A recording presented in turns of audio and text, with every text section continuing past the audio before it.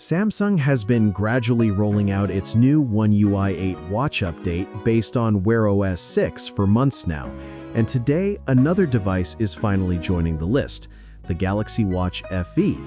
If you're using Samsung's budget-friendly wearable, there's some news you'll want to hear. The rollout began back in July, but the pace has been, let's just say, far from rapid. Samsung has been pushing the update in small waves, and now the Galaxy Watch FE, essentially a refreshed and renamed Galaxy Watch 4 released in 2024, has started receiving it. The new firmware appears under version R861XXU1CYK6, and it's currently landing in South Korea.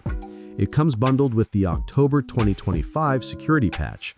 Yes, it's a bit behind the times, considering we're now in December, but as many Wear OS users know, delayed security updates are unfortunately pretty common across the platform.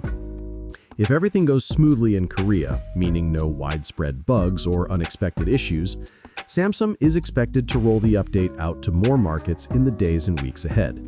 So if you're outside Korea, hang tight. Your turn should be coming soon.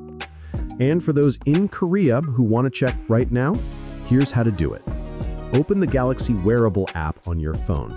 Tap Watch Settings, then go to Watch Software Update and select Download and Install. If the update is available for your device, it'll begin right away.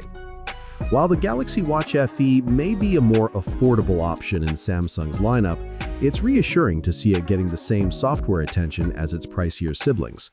Hopefully, this marks the beginning of a quicker global rollout of One UI 8 watch.